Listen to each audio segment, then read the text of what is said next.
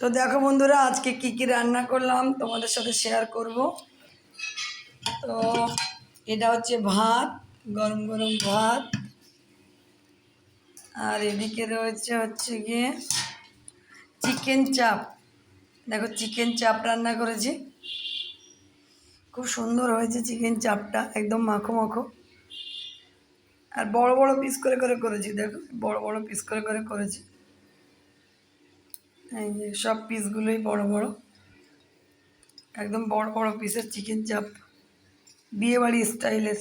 এই যে সব বড় বড় পিস। তো এই চিকেন চাপ বানিয়েছি। আর এদিকে বানিয়েছি পালং শাকের তরকারি, গাজর দিয়ে আলু দিয়ে পালং শাকের ঘন্ট করেছি। এই যে বড়ি দিইনি। আর এখানে করেছি একটা ভাজা, এখানে করেছি ভাজা। আর এখানে রয়েছে পেঁপে সেদ্ধ।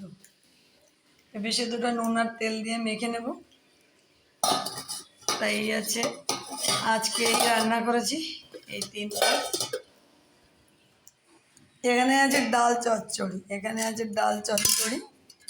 এই যে ডাল চচ্চড়ি করেছি, ফোড়ন দিইনি, সব কিছু একসাথে মিক্স করে দিয়ে ডাল চচ্চড়ি।